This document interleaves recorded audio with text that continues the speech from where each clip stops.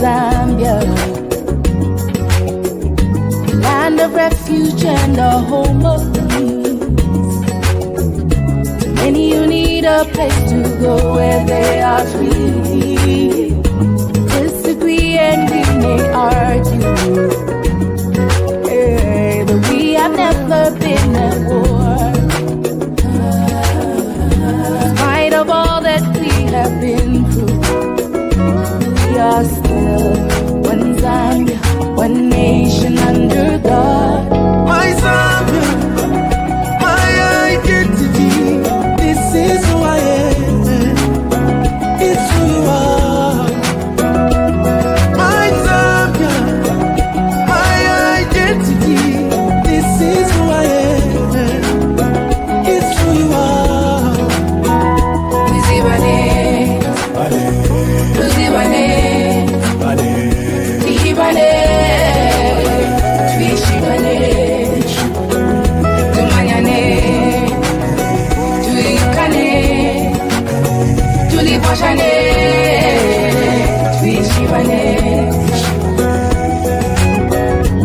God has blessed us for a reason.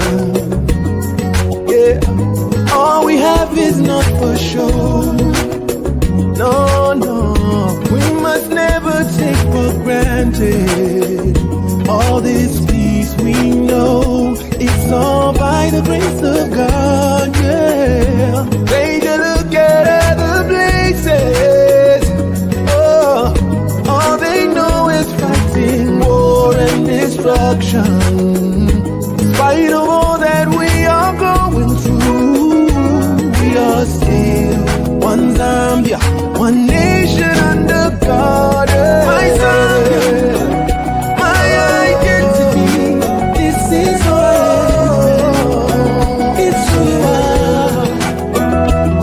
My Zambia, my identity, this is who I am, it's who you are.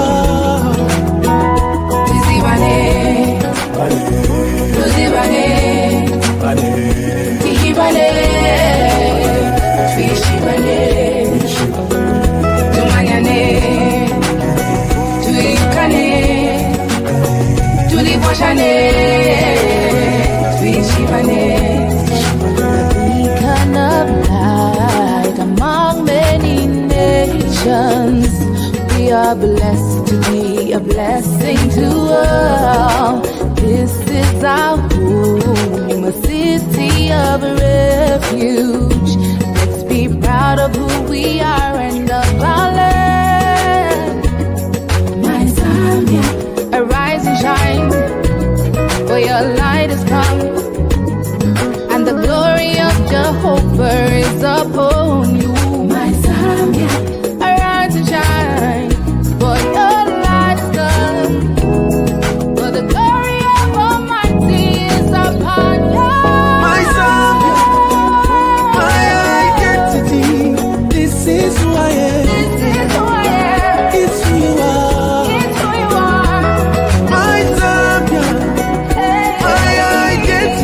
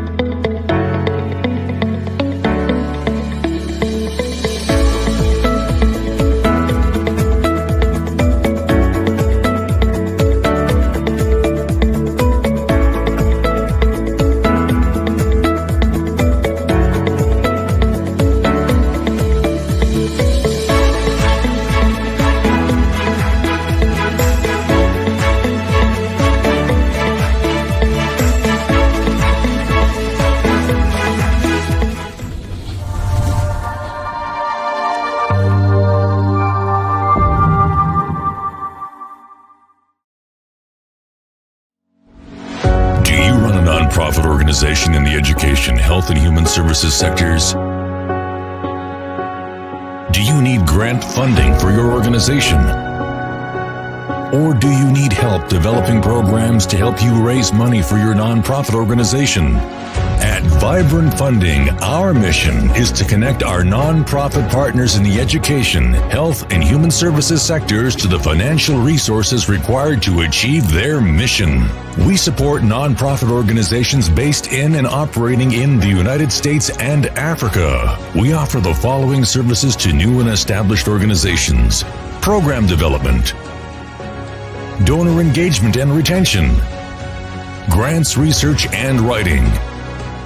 Contact us at www.vibrant-funding.com or email us at info@vibrant-funding.com. Call us at 404-751-6802 to learn more about our services and how we can help you to have an impact on the world. Vibrant Funding, connecting donors and nonprofits.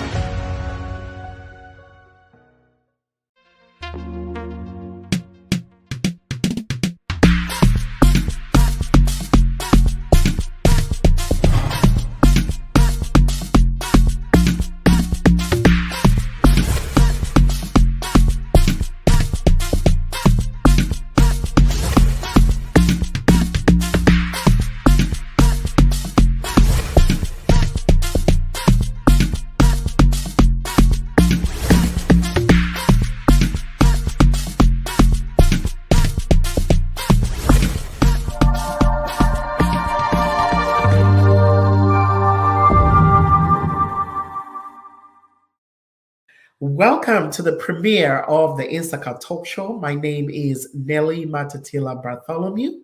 What is INSAKA? INSAKA is a place to gather. It is more, think of it like a gazebo, right? It's a place where our forefathers, our ancestors would gather and talk about issues. Anything and everything was on topic in the INSAKA. So this is our version of the INSAKA. Let's gather, let's talk, let's discuss, let's learn, let's be informed and entertained. And now I would like for us to take a look at what happened when the four hosts of INSAKA met in Las Vegas, Nevada. Take a look.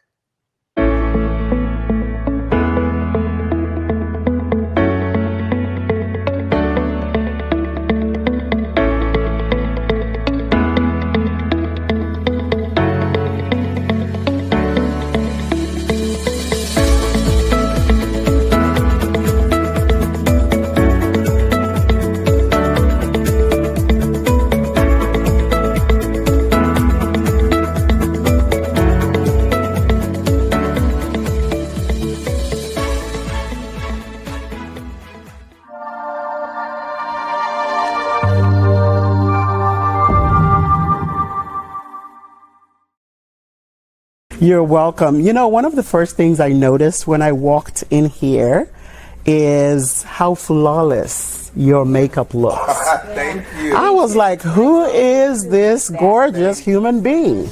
These young ladies here have said beautiful things about themselves and the man that they would love to be with.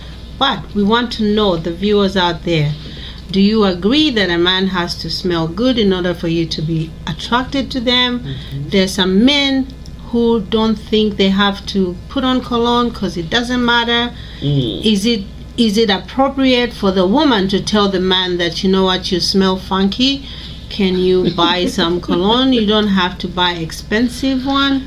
Or do we have to buy the cologne and just make a statement? What do you think?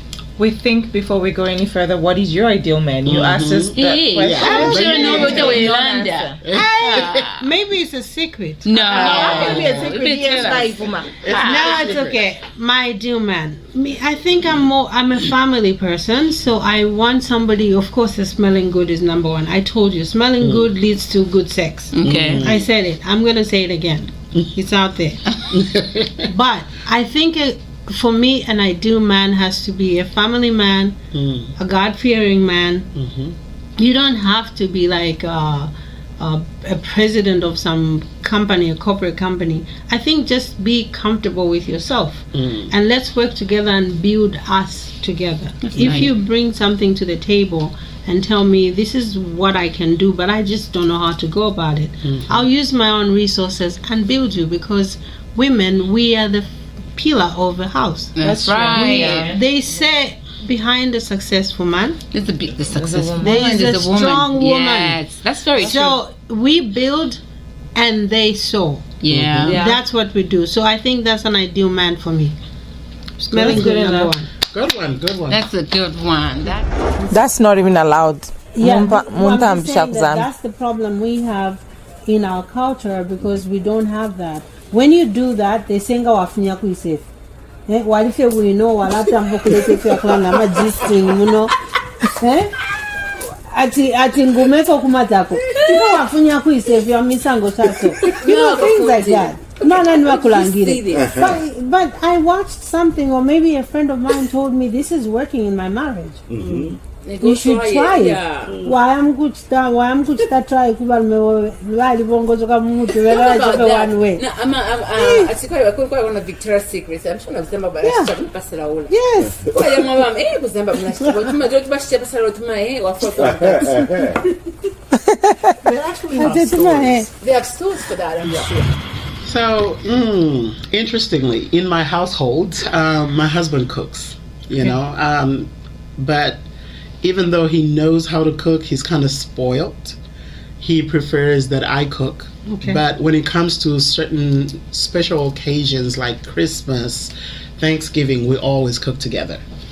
So we clear, and then my mother-in-law, who lives with us, is always in the kitchen cooking and wiping. If you're drinking tea, coffee, you leave it halfway, she's gonna take it, wash the cup, put it away, and you'll be like, "Where's my tea?" Because it takes me the whole day to drink a cup of tea. That's me.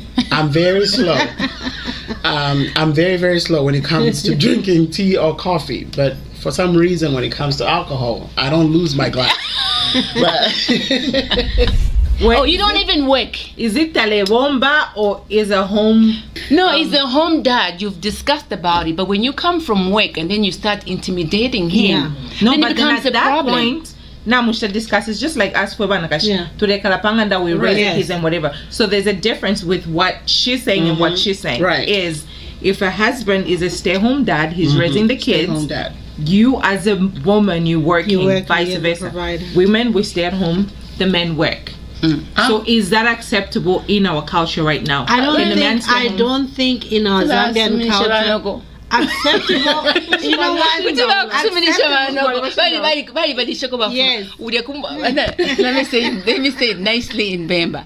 Ati kumwaba ule mwame bali mulisho mwana wantu. Our family, they've done voodoo on that. Because the reason why she doesn't even see the husband is not working. She's the one providing. They'll figure it out how to end your marriage. I know. Trust me, because it's very hard for our African parents to accept that. So before we close, Mr. Jimmy, I know you're very passionate about empowering Zambians, bringing Zambians together. What would you say for a person that's sitting there and saying, Inama Zambians, I don't deal with them. I don't want to have anything to do with them. What would you say to that person, and how do you plan on building the community and Zambia, the country, as well?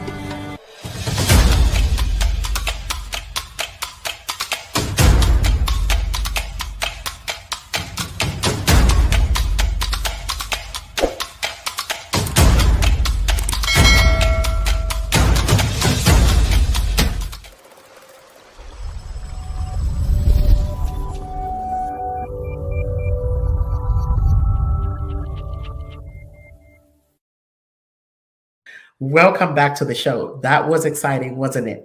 So I want us to thank our viewers right now. Those of you tuning in, we are on Instagram at INSAKA Talk Show, as well as Facebook at INSAKA Talk Show. We also can be found on YouTube at INSAKA Talk Show, as well as our website, www.insakatalkshow.com. Thank you for joining us, and we are so glad you're here. Don't forget to subscribe and share in the comments your views. Thank you.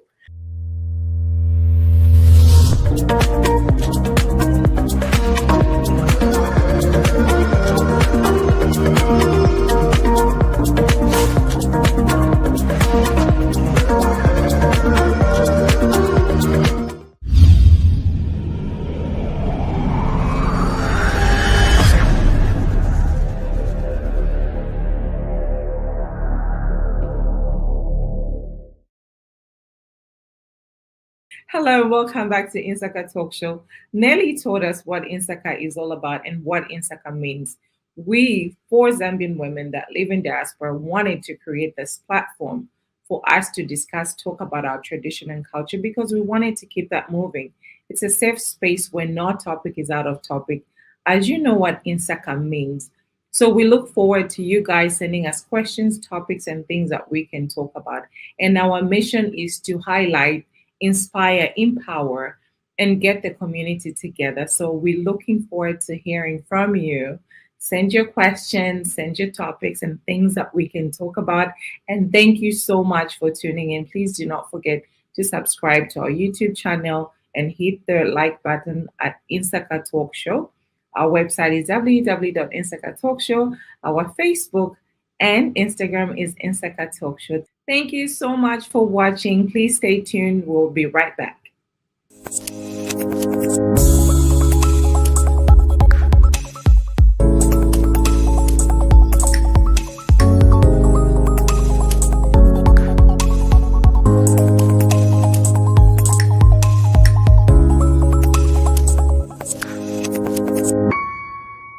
My name is Nelly Matatila Bartholomew, and I am here excited coming to you from Dallas, Texas, with my co-hosts in the studio. Please welcome Priska Vandavesters Chirwa. I also have with me in the studio Irene White.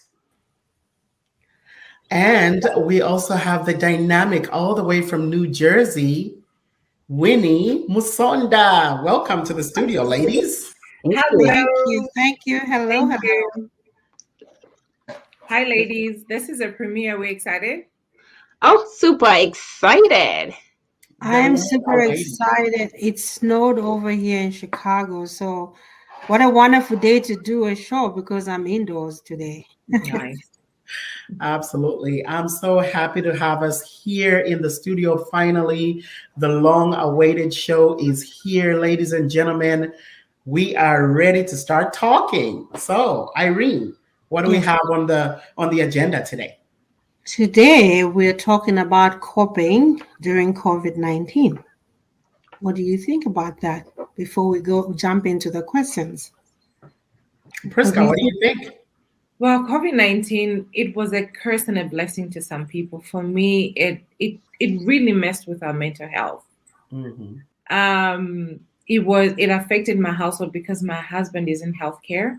Mm. It was one of the first responders. So there was a time that I had to literally move out of the bedroom and stay in the living room because we didn't know what to do and how to deal with it. Okay. Wow, that's hard. I mean, how long did you guys have to sleep separately like that?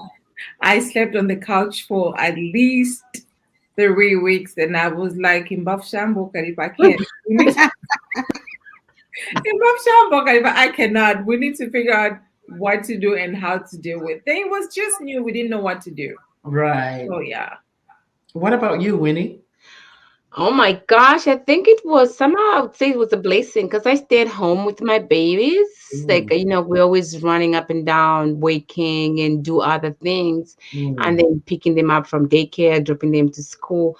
So it was nice somehow whereby I could just stay home with them, and I was able to do one-on-one. Of course, I became a teacher. We all became teachers overnight. Yeah. So that was crazy. But it was a good thing. I would say that. Wow. Okay. Yeah, I mean, for me, it was really hard. It was a hard time, being the publicity secretary of the Association of Zambians in the Dallas-Fort Worth area. I'm tasked with sharing information. When we have a death in the family or in the community, sicknesses and things of that nature. So there was a time when all we did was just send out funeral messages. I think one day we had like 4. Somebody lost a dad, somebody lost a mother, somebody lost a grandmother. It was a lot for the community to take in. And then on the home front, when I think about it, though, it was a time when, man, I ate a lot. I'll be honest. I gained a lot of weight Everybody's because story. I love to cook. I was in the kitchen. I was baking, cooking, if tumbua, umunkoyo, everything. No munkoyo. No munkoyo. Mabusa kusanan kanemishirisha munkoyo. Oh yeah, I have some. Nice. So where were you when COVID hit and now it just hit home to say, okay, we're shutting down? Where were you? For me, it happened that day we went for lunch with my friend. Mhm. I normally go out to eat, so I went to eat lunch with my friend, and it was one of these very nice steakhouses. We just said let's spoil ourselves. So it was kind of like empty. So, but we didn't really pay attention why it was empty. So the waiter that was waiting on us came to us, and she was a little teary. So, and she was a young girl. So I said, "Hey, sweetie, are you okay? Why do you look a little sad? If you're tired, you can ask another waiter. We don't mind." She said, "No, I'm okay. I'm okay." And then she disappeared. And then, like 5 minutes later, she came back. She said, "I just didn't want you to think I was rude, but they just announced that they're shutting down everything." Wow. At 12, immediately when you guys are done eating, we have to shut down. And I have a 1-month-old baby. I don't know what to do. Wow. She got the biggest tip. Yeah. Because I was like, if this is your last day, you Yeah. are going to get a good tip. And I mean, it was funny that time when we were talking about it, but later on, it was a punch in the stomach, Yeah. And some of us, we have underlying issues, so it was scary, I let my son go to the store. I didn't go out. It was just scary. Yeah, the uncertainty of it, right? Like, Mhm. they would say, well, people with underlying conditions, if you're a cancer survivor or if you have diabetes, Yeah. people like that need to be extra careful. So there was that fear. And I know a few friends actually here in the Dallas-Fort Worth area didn't even go to the store. They ordered everything and had it delivered to the door. So that's how serious it was, really.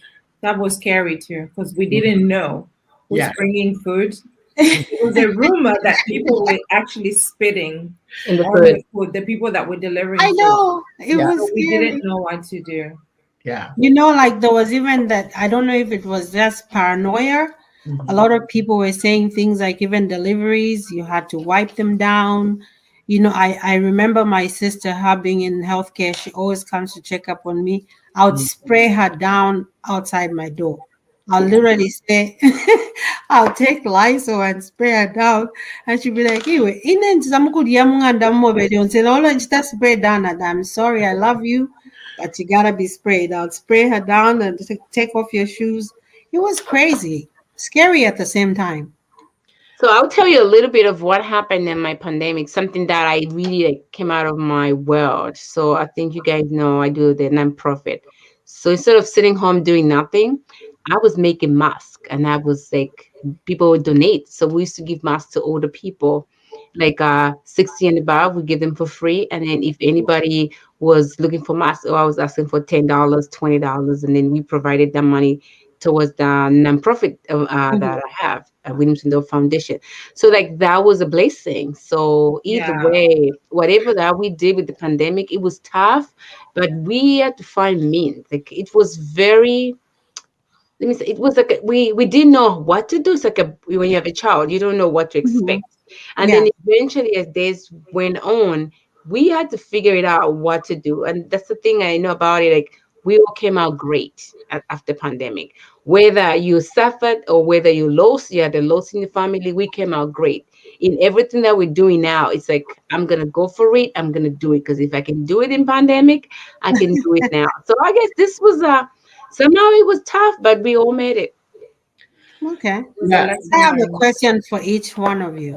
Mm. During the pandemic, what was your scapegoat? Was it food? Was it alcohol? Was it binge watching Netflix? Was it gossip? What was it? Kwenda malanda mali. I'll start with Miss Priska. What was your scapegoat? I was so frustrated. I didn't know what to do. Number one, I was isolated from my husband. So what really affected me was my business. I had to shut down my business. I had to think about what am I going to do next. Lucky enough, one of my friends talked to an agency and they hired me, which I had to work remotely. Not only that, I took advantage of it. I started taking business classes, marketing classes, so I can learn how, when we open, how can my business move forward. So for me, I did not have that down moment of where once about if you're on board, I'm bored. In and out of busy, and I was so mad. Oh, I that's was good. just so irritated with it because I got the busiest. Every day I was doing something. So that's what I did. Did I eat? Yes. Because the kitchen was literally right here. And I was sitting every 5 minutes. That is so funny. It was just, but the people back home, I was worried about my friends and family and stuff. What I did was, for me, the greatest that came out of it is once I got that job, I told myself I will feed a family because Zambia, they did not have I'm a PPP loans. They did not have unemployment aid. So I took that upon myself every Friday when I get paid. I would just try and feed a family and do. So that was a good thing that came out of it. That's very nice. That's Okay, nice. what about you, Miss Nelly? Well, for me, like Priska, I was actually very busy, like never a down moment, you know. I actually completed my bachelor's degree in 2020. So yeah, Congratulations. thank you. So I was taking classes, I was teaching the kids, you know, from home. At the same time, I was running a business and I had a full-time job. So, and of course, I found time to bake and, you know, do meat pies. I used to call people to come and get meat pies because I'm a social butterfly and I love people. Yeah. And the first thing about the pandemic for me was not being able to have a party or go to a party. So I would find every excuse to just kind of draw people in. I'll be like, oh, I say people drive, have your mask, you meet them outside, you're like, hi, you know. So that was my little way of coping with the pandemic. Well, for me, being the president of the Association of Zambia, in Chicago, we partnered with Jesse Jackson, the Push Coalition. I think you guys know about it. So what they did was they partnered with different restaurants here in Chicago to feed non-for-profit and certain, communities that were in distress. So I was one of the people that had signed up for that. So the whole time in 2020, I was busy with fresh food, like cooked food that's gourmet food. No, it wasn't like regular food, gourmet food. It was in my car. I was busy delivering to all homes. I was delivering in Indiana and Wisconsin. It was fun for me, but at least I knew that I was doing something because there was nothing else to do. And I was handicapped as a president. I didn't know what else to do. So it was a good thing for me to actually partner with them. And it worked out. Yeah. That's good. Wow. That's fantastic. For me, I think Queen sign. If you see how I look, your body. You know how it makes me look tight. It was a cello. I'll be like, what am I gonna have today? I had a menu. Me and my daughter, we had a menu. Like, do I need your wali? So me and my friend, because I told you I was making masks. So what I use, like in the morning, I'll cook. I'll have breakfast. Was like the whole 9-year breakfast: bacon, egg, tea with milk. If a nice day in now, so I'm like, what was that? Because all we did was eat. Yeah, I think we can all agree that we found some kind of comfort in food, right? And I used to call my friends like every other week, and like if 4 days, I'm like, I think you need to go away, like Nelly was saying, need to go away. I'm like, the whole pandemic, but you know what? We come and eat. If we're in this, I think we have a sungo. If it's that was a good start, ladies. Yeah. For now, we would like to take a little break and thank our sponsors, Vibrant Funding LLC. as well as many other sponsors out there that we're going to mention out. So stick around. We'll be right back. We'll be right back.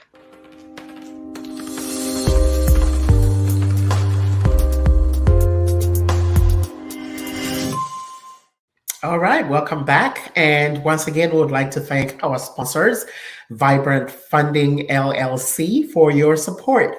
And back in the studio, I have my beautiful ladies with me. Ladies, we had gone on break talking about how the pandemic affected us and how we coped. And now we transition into a topic that is very much connected to the pandemic. And this is regarding dealing with the loss of a loved one and how do you handle grief, right? So to help us in this discussion, we have Mrs. Naomi, Reverend Dr. Naomi Bewe Sengebula, to help us explain to us what grief is and how we can process it from a Christian perspective. So take it away, Doctor. Thank you. So what is grief? Grief is a deep sadness. It's a feeling that a person feels usually after a loss of a loved one or a loss of a job or something that you treasure. But in our discussion today, we want to focus on grief that is related to death, grief that is related to the loss of a loved one. First and foremost, I'm going to discuss grief from a Christian perspective. What does the scripture teach us about grief? There are a number of scriptures that we can refer to that talks about grief. But first and foremost, I want to speak to someone who has lost a loved one. With the coming of COVID-19, all of us are either infected or affected. We are either suffering from COVID-19 or we are mourning the loss of a loved one who died of COVID-19. But the grief I want to talk about is not just restricted to COVID-19 deaths.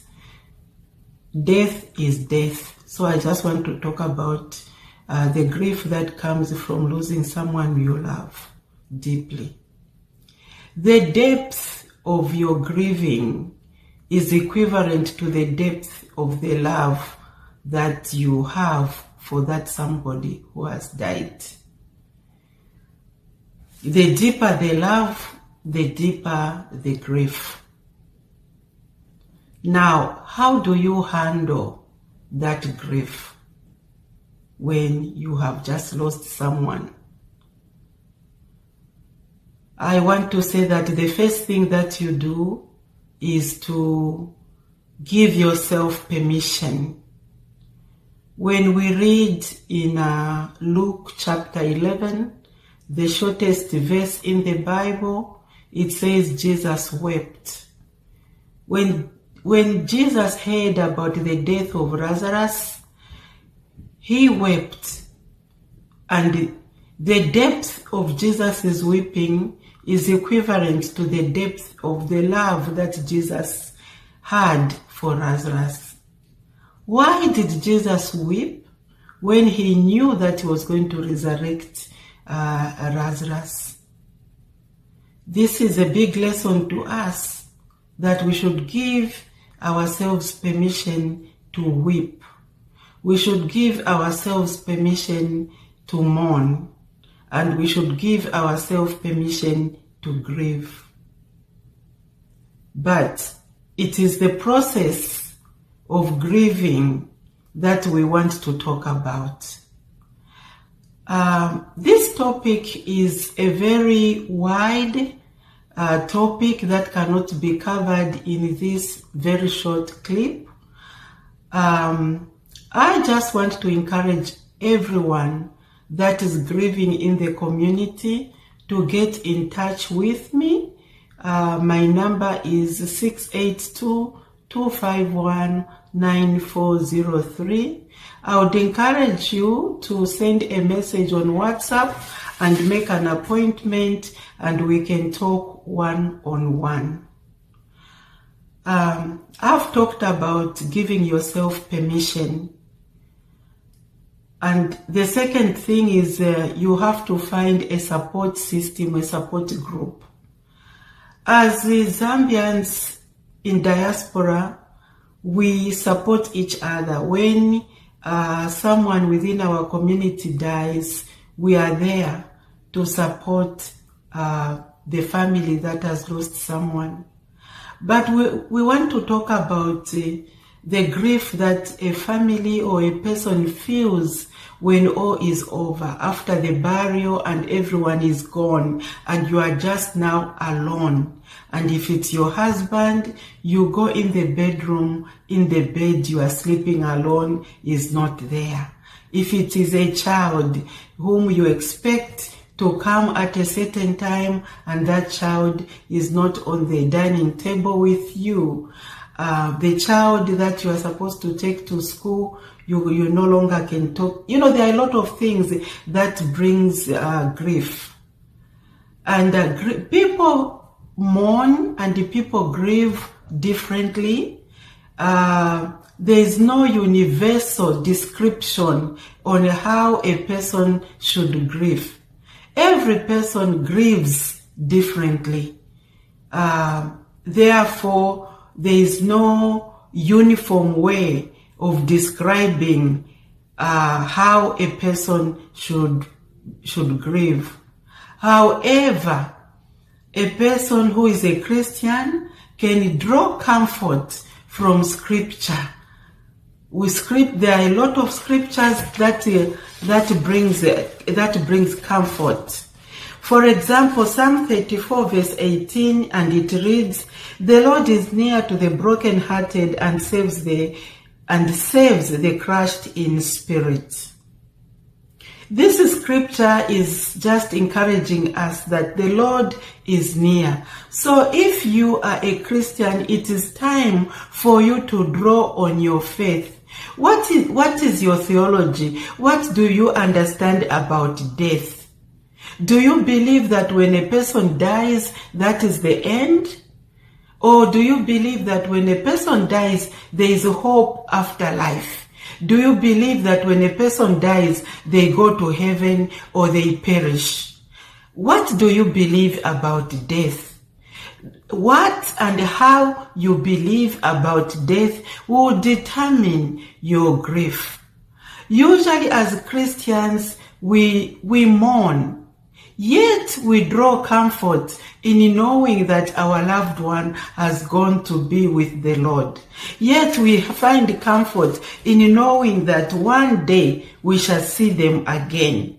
Yet we find comfort in knowing that to be absent in the body is to be present with the Lord. Yet we find comfort in knowing that, especially if they were sick with diseases like cancer, we know now that they suffer no more. We know that they have found rest according to Psalm 23. We know that the Lord has led them into the paths of righteousness and has led them to still waters. Still waters is a place of peace and comfort and tranquility. Another scripture is Psalm 73:26, which says, "My flesh and my heart faileth, but God is the strength of my heart and my portion forever."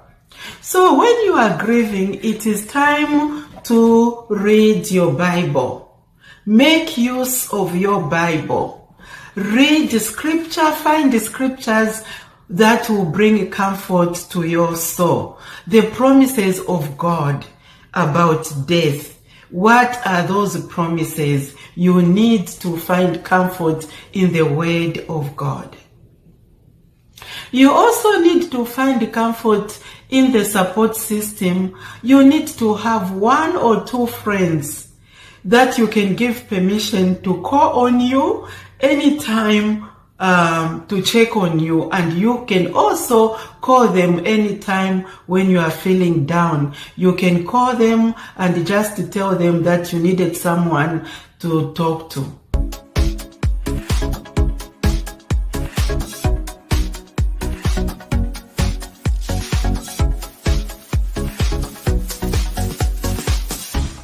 All right, we're back. So we were talking about the pandemic, how it affected us, and how it messed with our mental health. How did you cope with that? Do you think it affected your mental health? I think for me it did in so many ways. Like you all know, I have some pressing issues with my health. So I was very paranoid. I didn't want to do anything but just sit on the couch, cover myself, binge watch movies. I was in a mini depression that I called mini depression, but I think if I went to the doctors, they will find me with the highest level of depression because I was not doing anything. I was just waking up in the morning, taking my shower, brush my teeth on the couch. Naleti kufa kakwape umuntu akonkonja kudonisha mwenso okay, who is there, you know?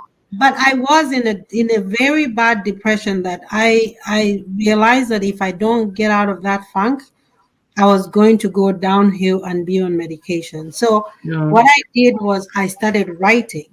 You know, I wrote a book, so I started writing. I'll go back to my book and find, spaces where I was missing something. I would add up some things. And later on, I realized that during the whole period of 2020, I ended up finishing my book. That's good. Nice. Nelly, how did it affect your mental health? I think mentally for me, I want to say in 2020, I didn't actually stop to think about it. It's actually now, I think, towards the end of 2021, coming into 2022, that I've actually stopped to think about how did the pandemic affect me mentally. I think it's what we mostly go through as Zambians. We don't really like to talk about mental health. Yeah. We consider it like a sign of weakness if we say, hey, fiari chusha kumutima or kumutwe, we are afraid that people might say we're cuckoo, Yeah. So I was definitely affected much more than I would have actually even admitted if you had asked me in 2020. Okay. Winnie? First, I was upset because I didn't get to go home. And I was like, I want to go see my mom. It was sad because we had packed, of course. And then me and the kids, we were ready. When you shop, when you're going home, we always get ready 6 months before. So by the time it was stopping everything, and it was like a week before my daughter was turning 10. After she was turning 10. So our birthday weekend is when they close, I think March 5th. So that was really sad. And then, just knowing an unknown, it was scary. Right. When the kids will ask you, Mommy, so we can't go outside, because there was a time we didn't go outside for a walk. Yeah. Mm-hmm. And then we're getting up and living in apartments. It's not like we live in mansions. It was just kitchen, bedroom, living room, hallway. And then you think about it, you're like, God. But one thing I discovered myself, I think I had a moment where I learned how to wake up at 3:00 and have a connection with God. Where I just sit down and just meditate. And this is when I realized that there's no fear, that you can't be scared of anything. Just be grateful for everything. So I had a moment where I could just pray. And I think I have become more in my spiritual level where I can connect myself to God. So I think that really helped, because there was a moment where you were just quiet. You would watch Netflix, Right. So I was like, okay, well, it's a number. Right now, it's just you and me. Yeah, it took a toll on all of us. And mental health is something that we don't talk about. Yeah. It's like a stigma. When you say, I'm dealing with this, people think that wadipena or valakseka or something. I think it's like a sign of weakness. Yes. Which is not. So with that being said, would like to say to our viewers, how did you deal with mental health, and how did you overcome it? Let's hear what our expert our expert, Dr. Katie Ngona, all the way from Baltimore, Maryland. She specializes in mental health and she does psychotherapy. Dr. Katie Ngona, welcome to our show.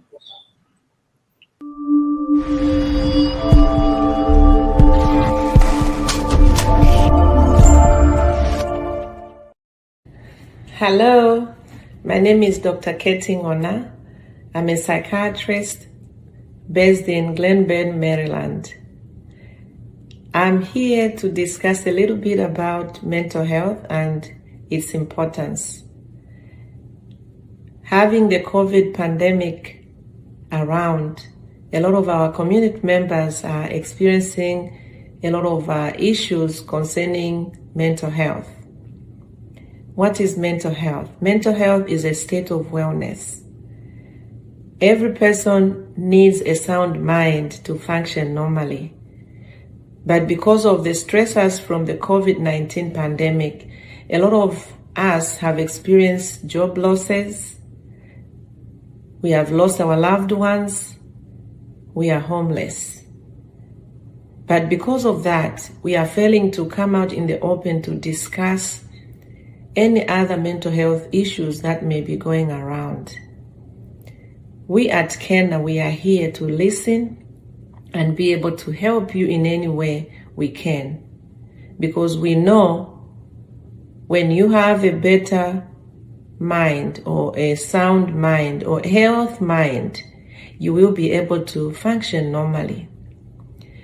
I just want to also discuss some of the symptoms that you need to look out for in order for you to seek the help that you need. And these symptoms are red flags that can make you decide when to seek help. One of them is somebody who was socializing with family, friends. They just withdraw themselves from that. They want to be left alone, and they always, find themselves in the room without even talking to anybody. That's a red flag. The other issue is somebody who was always taking care of themselves, proper grooming, you find them being unkempt. That's a problem. Eating or not eating, that can also be an issue. Instead of you just eating normally, it's either you don't eat or you are overeating. That can be a flag as well. Withdrawing yourself from doing anything, no energy, no interest of whatsoever. Somebody who was always functional, was able to contribute to the community or the society, all of a sudden they don't want to do anything. All they want is to be left alone. Remember, when you are left alone, there's nothing good that comes out of it. You have all this negativity in your brain that can affect your decision. You want to make sure you come out and seek the help that you need in a timely manner. The other thing is where we are coming from. I understand mental health is always looked down upon as a taboo. But here, I'm assuring you that mental health is just like any other problem that can be addressed. And remember, with the trained professionals, they'll be able to help you in any way. There is no problem that is too small or big not to be addressed. We at Kena One Healthcare, we are here to listen and be able to help you. And be rest assured that when you come at Kena or through the door of Kena Healthcare services, you will get the help that you need. And your privacy is our pride. When you get better, we are also feeling better. Don't look down on yourself just because of what you know in the past. mental health diseases can be treated as long as you seek the help in a timely manner. And if not, the end results are always wrong. Please be able to feel free to contact us, and we'll be able to help you maneuver through any mental health issue that you may have. You can reach us at 667-232-1220, or you can go to our website at www.kena1healthcareservices or www.kenehonehcs.com, where we are always eager to help. And once you are doing well, we also feel well. Thank you, and I look forward to assisting you in any way where mental health is concerned. Thank you.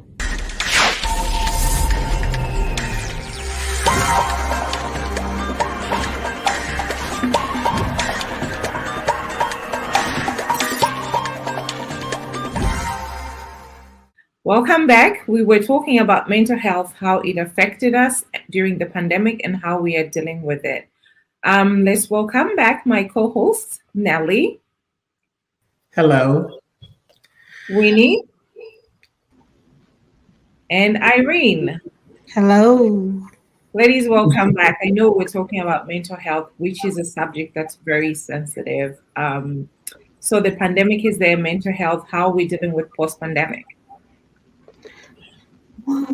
I can go with that. You know what I kind of feel after that? Friendships. It's been very tough. It's like there's some friendship that got closer and some friendship gotta go. And it's not your fault when you had to let go of it, because after the pandemic, we have learned how to be alone. We have learned how to soothe yourself, because sometimes you run in to go find yourself with others. But I think pandemic really made us all to just like, you know what, I can deal with my own. And then the other thing that I've learned is like you can express yourself. And that was about mental health, because before then, you know, you just smile like me how I am. Like I think you guys know, I'm very happy. I would smile even in my misery life. I would just smile my way out. But now you mess me up. I'm like, oh no, you did it. I'm coming for you. So like now, you're always coming for someone. You're always No, but you know, the funny thing is like I've learned how to speak up, because I think the pandemic really helped me out. Because if you don't speak up, you know, you die with it. It's about mental health. Even maybe before I got in mental health, but I just didn't know how to handle it. So I think now it really involve it all. It's very touchy. It's from depression, disease, different kinds of depression, different things. So you just never know. But what I encourage everybody is to seek help. Even if you feel like, speak to someone, speak to an expert. And nowadays, there's virtual. You know what I'm saying? Yeah, it's true. You don't know until you speak to an expert. They tell you that this is what you're going through and this is what happens. Like for me, before I answer you guys, I see that we have a lot of viewers watching us from different platforms. We want to thank you, and we would encourage you to ask questions, and most definitely we'll reach out to you. But I hope you're enjoying what we're talking about. We are going to continue talking about the pandemic and COVID, especially COVID-19, because that's what started this whole thing. This topic is mostly about illness that was, birthed from the COVID-19 itself. But in the meantime, I want to know what our friends are thinking about when we were done with COVID. We gained weight. We gained a lot of weight, and a lot of people I want to interject. Sorry. Do you see how I went so quietly, like we gained weight? Because it's something that people don't want to talk about. But we're not done. We're still in the pandemic now. Yeah, we are, but it's a different phase. Yeah. You know, we're now learning, but I think after COVID-19, there was another one. I think there was Delta, then there's this Jennifer or Martha. Nelly,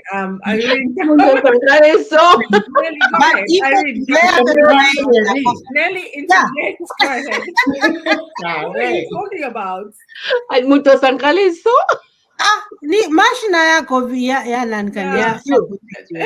Nelly, go ahead. Irene. We're still, just a reminder, lest you forget, just because we were in Las Vegas the other day, we're still in a pandemic, you know. So and we have to remember that there are a lot of people out there that are still out of this pandemic. People have come up with mental illnesses, right? And people have fallen into depression and illnesses. And which is why we are having this topic, so we can provide some kind of guidance. Right. And so, Irene, I know you have some colleagues, some people that you have up your sleeve who can give us a little bit more information on how to cope. Take it away, Irene. All right. So we would like to welcome, I'm going to read his name so I don't mess it up. Okay. We have Pastor Sam Simazosha. He's a pastor, he's a counselor, and he's a life coach. He is going to enlighten us on what's going on. He's a very vibrant pastor, and I hope everybody will enjoy what he's going to talk to us about. Take it up, Pastor.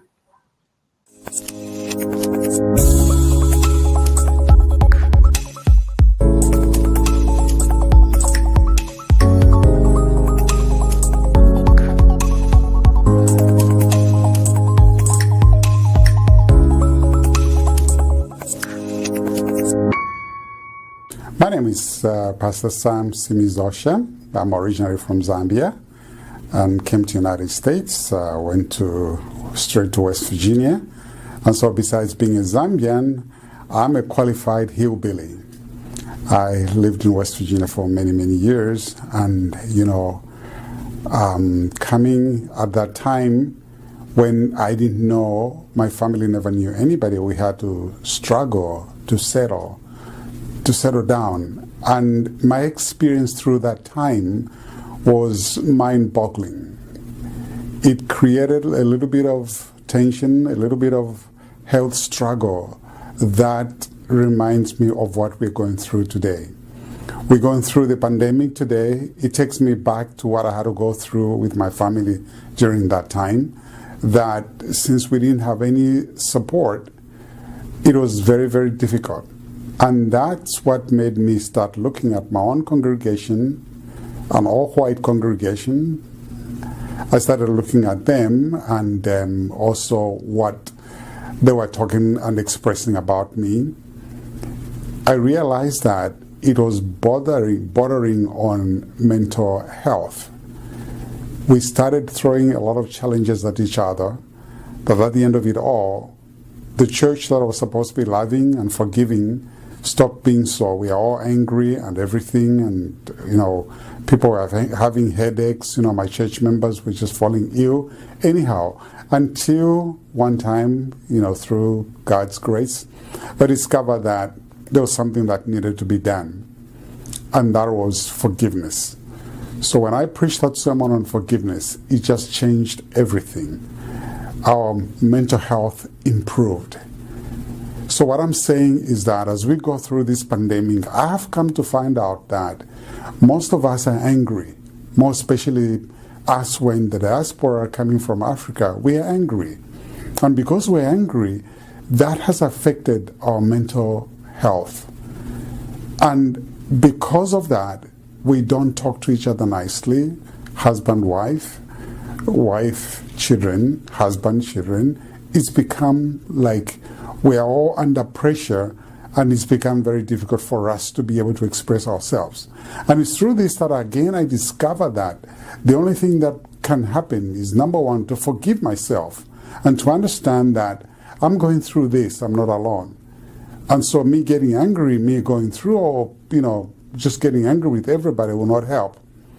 I'll just put myself in a very, very difficult and hard place.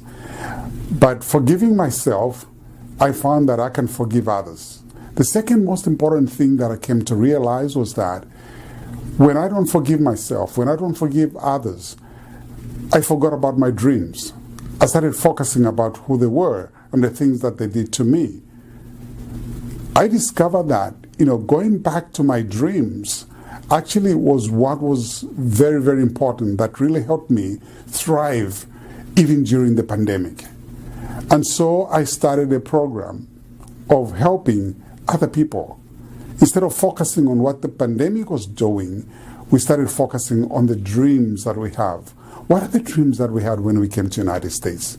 Most of us had dreams, we're going to the United States, it's going to be a good place, but unfortunately, it has become a nightmare.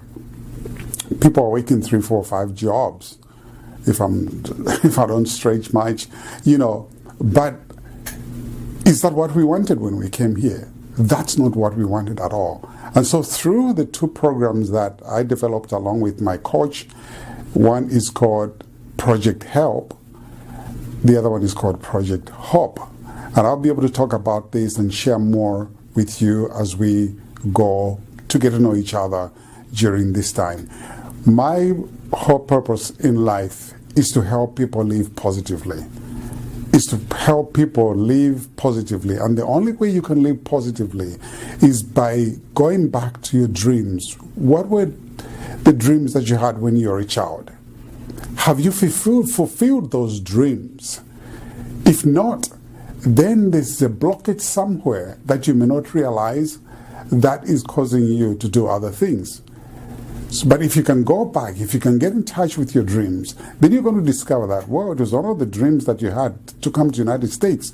And so when you came to the United States, what plans have you made? What plans did you do? What I've discovered from many of my friends and the people that I talk to is that we all had plans when we came here. But unfortunately, when we came to the United States, we stopped planning. We just got caught up into this life. And as we got caught up into this life, things just started happening. We lost who we were. We lost our dreams. And that's why now I want to help as many people as I can so that we can go back to our dreams. And as we go back to our dreams, then we start thriving. And as we thrive, pandemic or no pandemic, we will be who we want to be. And I'm hoping that everything will go well as we start getting to know each other. I'll give you more information as to how these programs work and what we can do. The key thing is that we need to support one another. We're a community people. We are community people. We share dreams from our villages. That's how we grew up. We share dreams. But when we come here, it's like we are every man for himself, God for us all. We forget community. And because we forget community, that's the other thing that actually makes what the pandemic has done worse off than the way it's supposed to be. So much that at the end of it all, we are struggling as individuals instead of thriving as a community. And so as we talk about our experiences in the diaspora, I'll focus more on sharing exactly what it is to have a dream and what that dream can do to change the way you look at what we're going through right now and how you can thrive regardless of where you are, how you can thrive. Because when you dream, you are in your mind, you see it in your mind, you live in your mind. It's so beautiful. There's nothing impossible in your dream, nothing impossible in your dream. And my job is to help people take those dreams, convert them into goals that are achievable. And there's a process that I've developed that will help people pick those dreams, put them into goals, and achieve them. And you, like me, will notice that. Once we focus on our dreams, pandemic or no pandemic, we'll be all right. We'll do okay.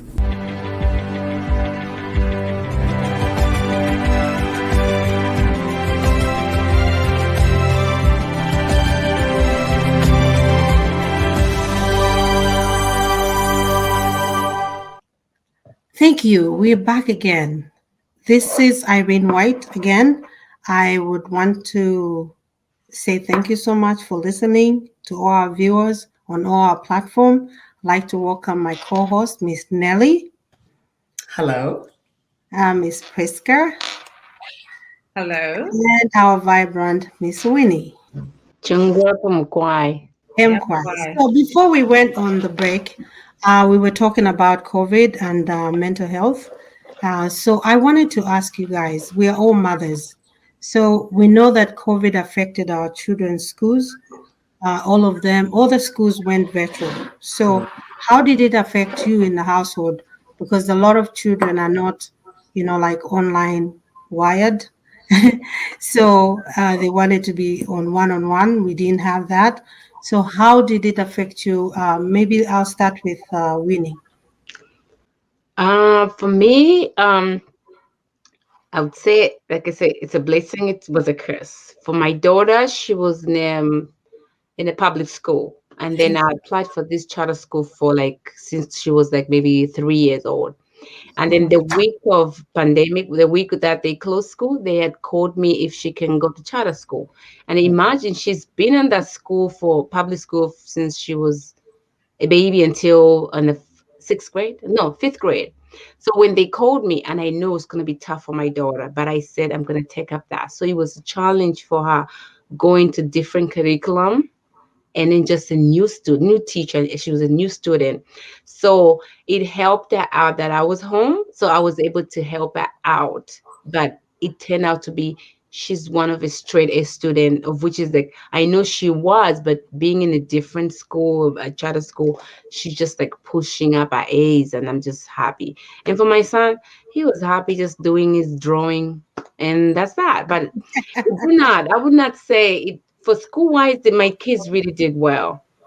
Okay, that's good. Yeah. What about you, Miss Priska? What happened in your household? Did the children adjust? I hated the online school. I hated it because it was wake up. We started on the table, on the desk. We ended up we ended on the couch. Then we went back to the bed. Just get up, your computer, get in class. I hated it. It was horrible. I think it was hard on so many parents because a lot of parents needed to help their students, their children with work, and I don't like math. So every time my son came to me with a math question, I'm like, when she the teacher or when she fish with.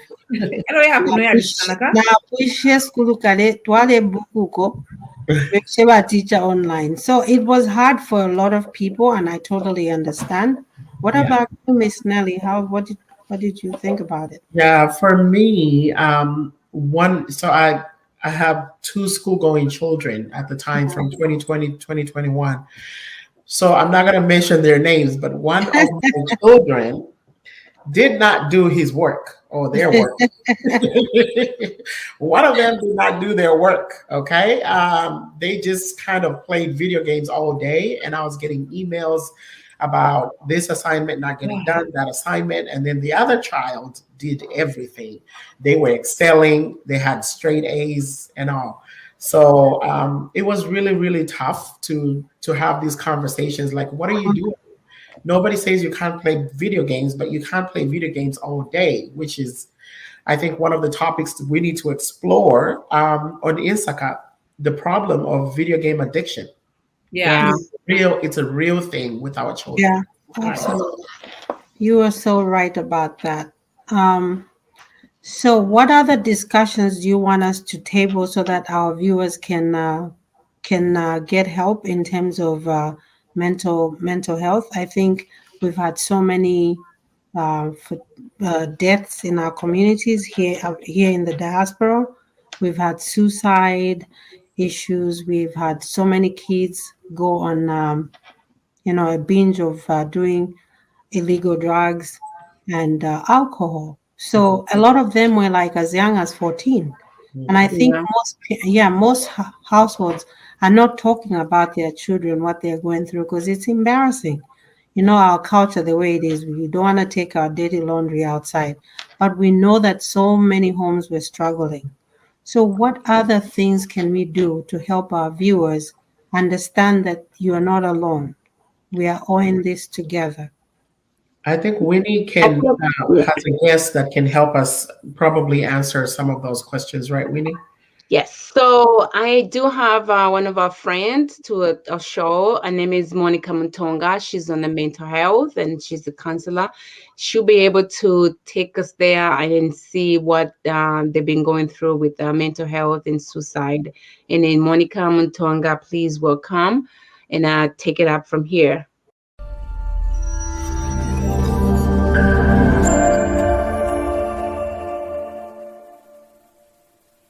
Hello, ladies. Thank you so much for having me on INSAKA Talk Show today. My name is Monica Mutonga. I am passionate about helping individuals heal mentally, emotionally, and spiritually. I am currently finishing up my first year in grad school, studying to become a clinical mental health counselor. By profession, I am a crisis counselor, so I am honored to be part of the INSAKA Talk Show today as you are bringing awareness to the mental health field and the impact COVID has had on all of us. So recently I heard someone say that even though we all have been impacted by COVID, we have all experienced it differently. So I just want to be able to offer some information to anyone out there who has been having a hard time to just cope during these stressful times. So if you want to get a pen and paper, feel free to write these steps down. So when you are feeling anxious, just do look back on the list and make your own list as you go along also of things that you can do to help you feel more supported. And these things I'm about to let you guys know about can also be found at newyorkprojecthope.org. One is to limit our media exposure because so much is being said. You don't know what is fact and you don't know what is false. At the end of the day, it all sounds like it's true, and that can increase our anxiety. Number 2, remember to breathe in slowly and deeply. That's something that we forget to do. So right now, wherever you are, I just want you to take a moment and breathe in slowly and deeply.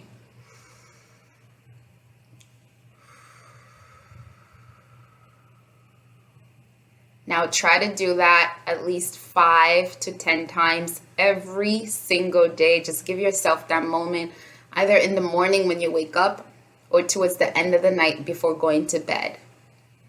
Number 3, progressive muscle relaxation. So this can be done in parts starting from your feet and work your way up to the top of your head.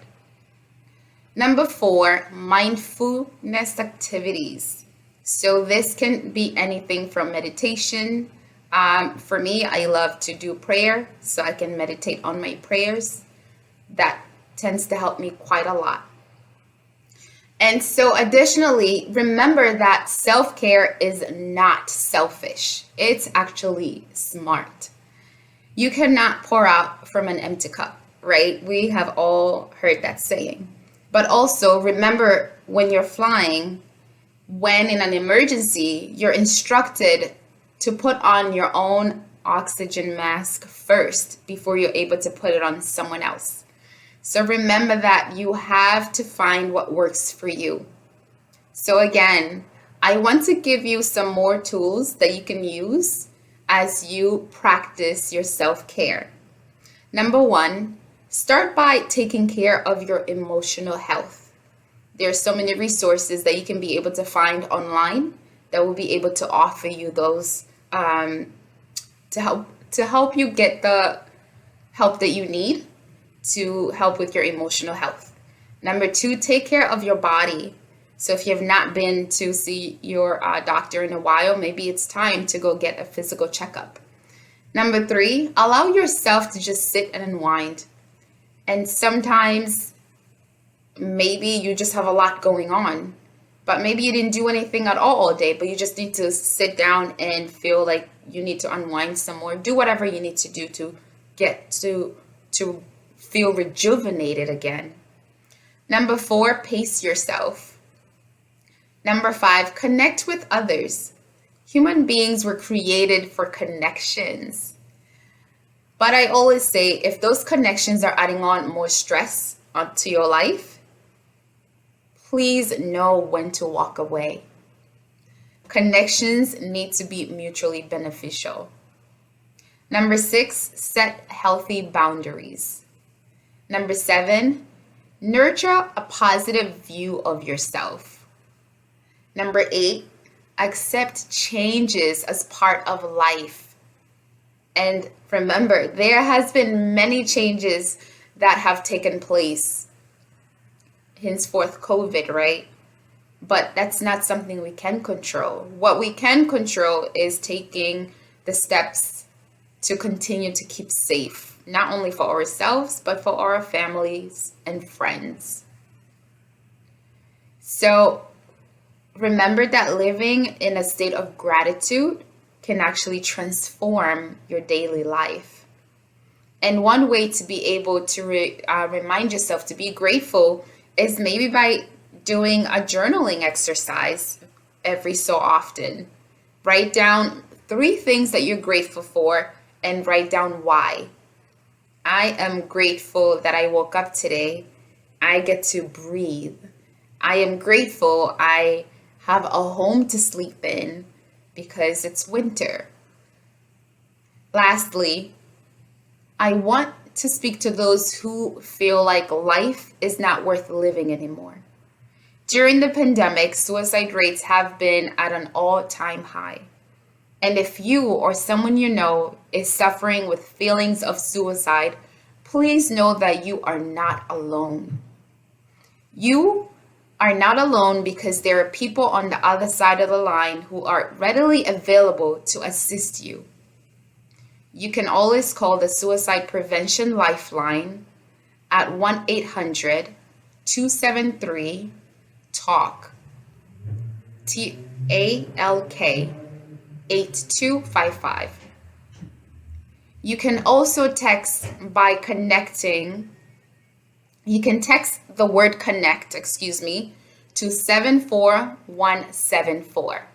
So the Suicide Prevention Lifeline again is 1-800-273-TALK, which is 8255. And the text line is text the word connect, CONNECT, to 74174. Ladies on the INSAKA Talk Show, thank you so much. It has been an honor to be here, and I hope we can be able to connect soon again. Take care, keep safe, and stay well.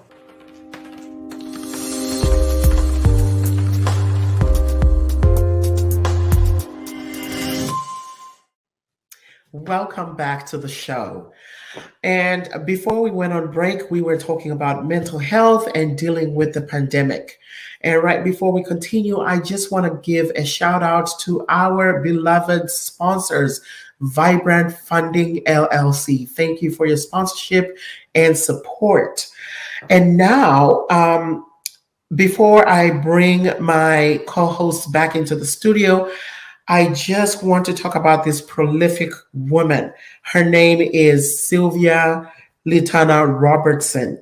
She is a global director, chapter formation for the African Diaspora Development Institute.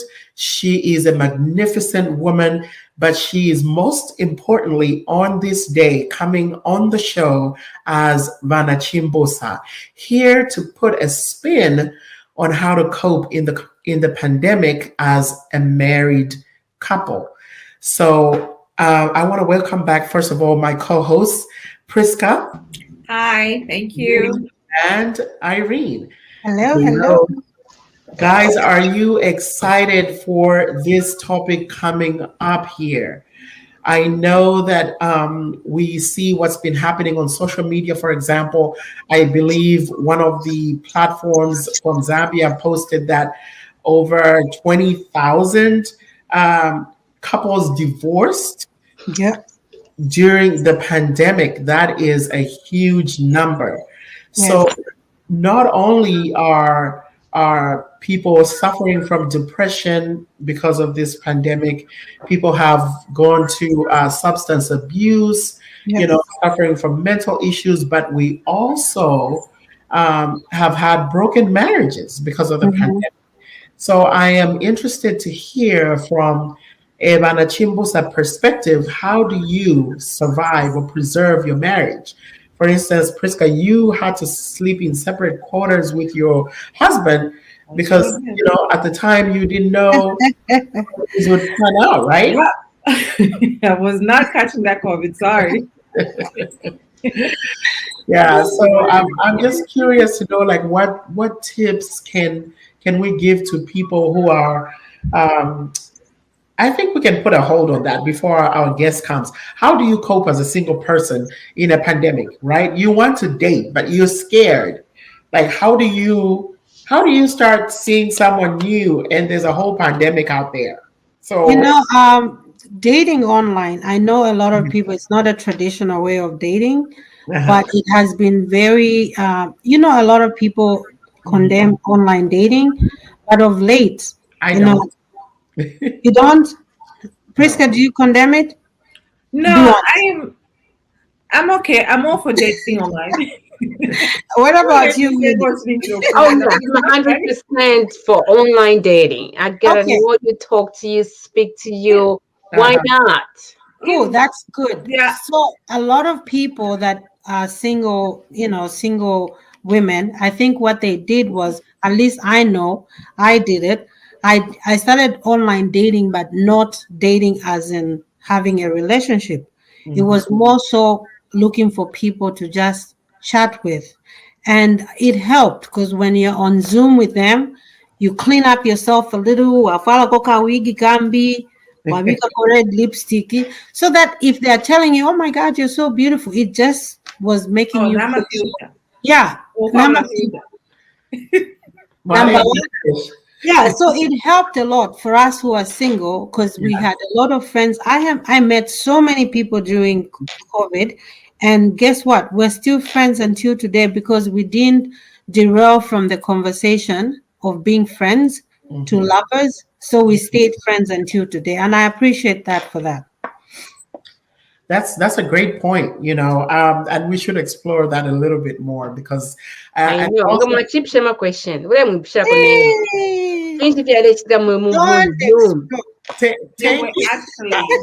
take this back to our viewers, guys out there. We want to know, those of you that have been single in the pandemic, how did you cope? How were you dating in the pandemic? So our dynamic, beautiful Mrs. Robertson is in the studio with us.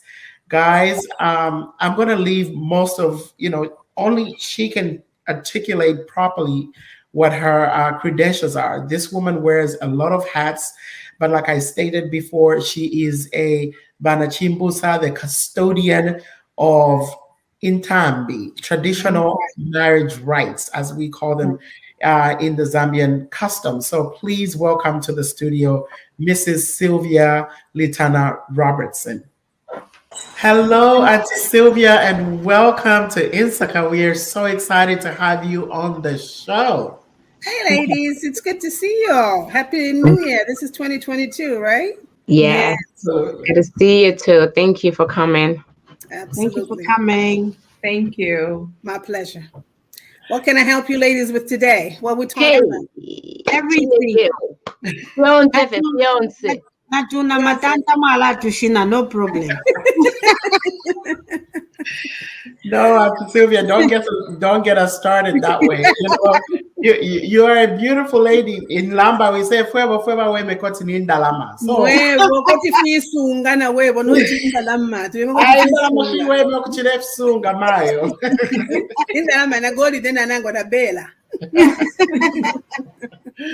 yeah, so we would love to know from your perspective. You know, we want to learn. We are still going through this pandemic, though in a different phase. We are curious to know, how does one keep a marriage alive? Well, that's $1 million question.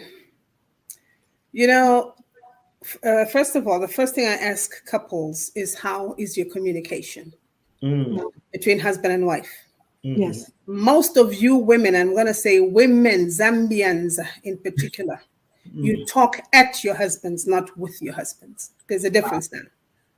There's a difference, and follow me. Yes. When you're talking with your husband, it's a reciprocal. He speaks, I speak. He speaks, I speak. But you ladies, you jump. The man is trying to talk, and all you're doing is just barking. You don't even swallow. You give him 10,000 words in 1 second, and he hasn't even had one word in. Am I with you to the 1 second? Why? Mwana kumfisa konga balanda ti ya.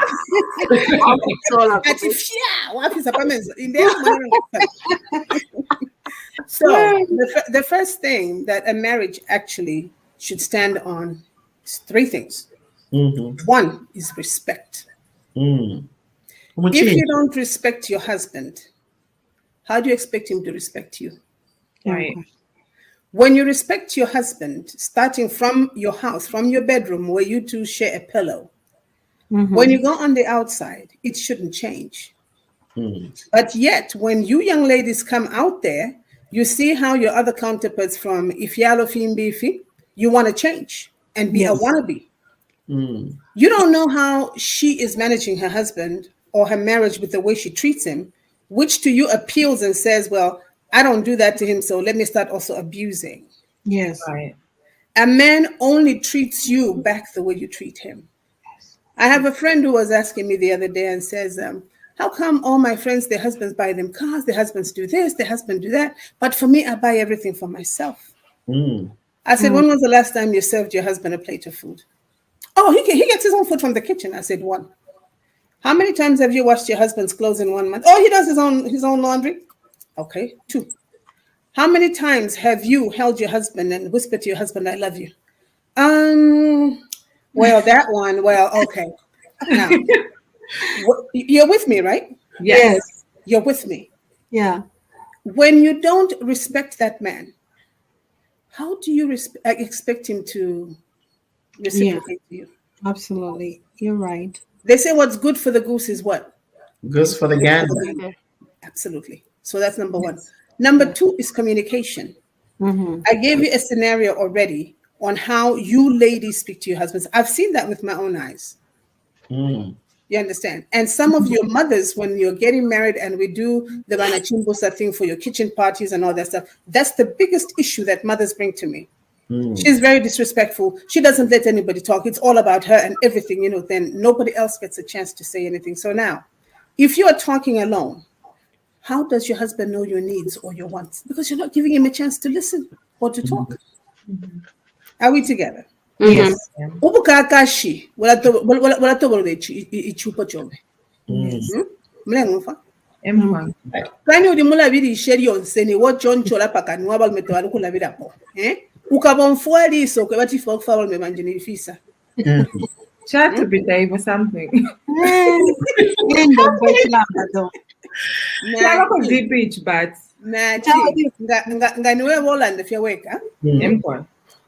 In a conversation, I said it's a 2-way. If you wake up all the time. What your needs and wants are, because you don't give him a chance to ask you or to talk. Right. It's you doing all the talking, and that's not right in a relationship. That's what frustrates your husbands, and that's what makes your husbands go outside to look for a woman who will listen. Yes. A woman who will serve him, a woman who will do his laundry, and a woman who whispers sweet nothings, baby, I love you, like candy.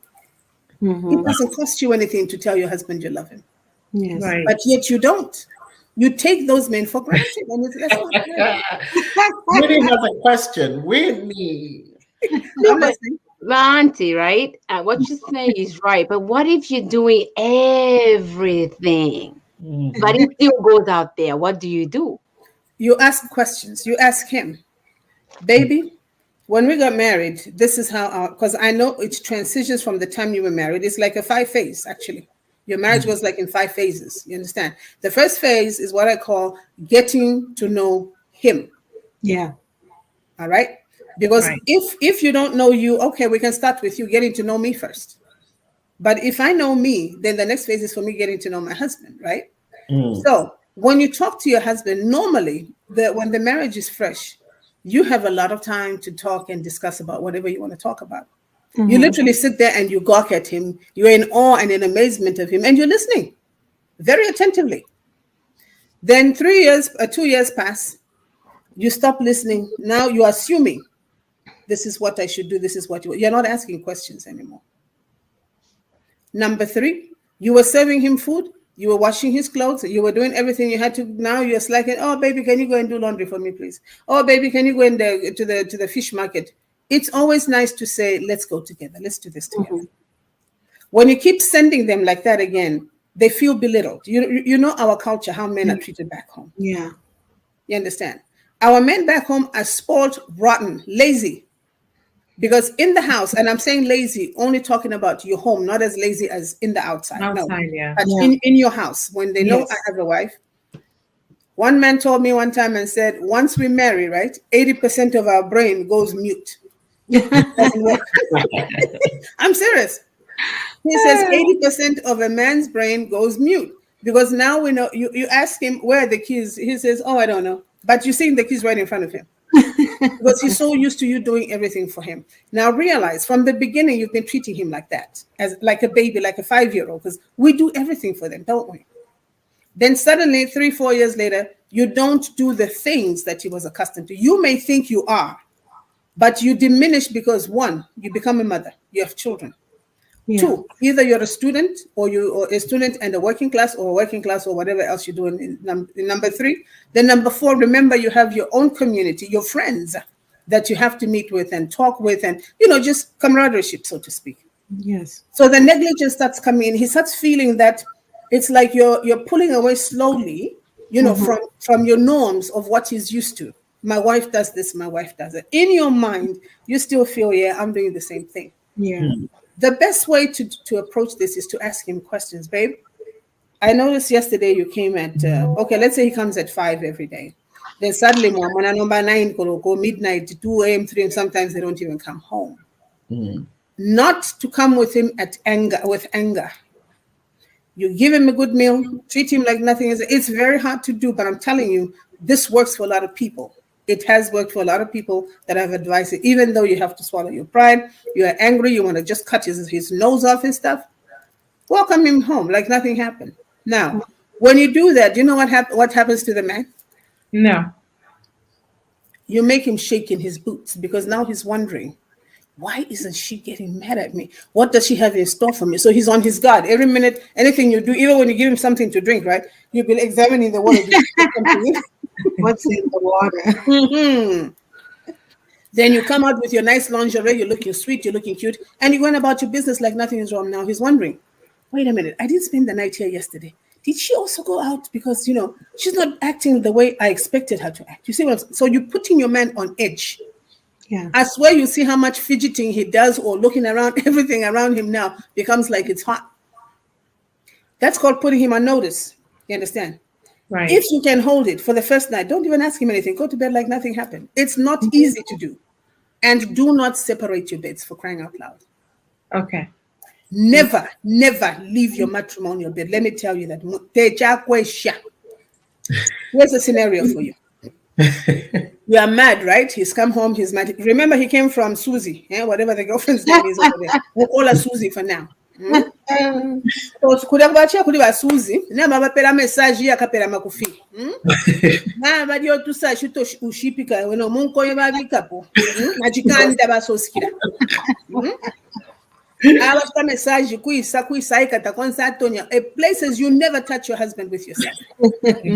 Okay. When he comes to your house, guess what? He's refreshed. He's got everything he needed. What does he need you for? Yeah. He just wants to sleep, correct? Mm-hmm. Correct. But with the same token, when he comes home, like I said, you have 2 options. The first option is do whatever you have to do, feed him the norm, so to speak, without even raising the issue, where did you spend the night last night? That becomes his homework. You'll see the first night he won't sleep. He'll be very uncomfortable. He'll sleep with one eye open. What does she have in mind? Mm-hmm.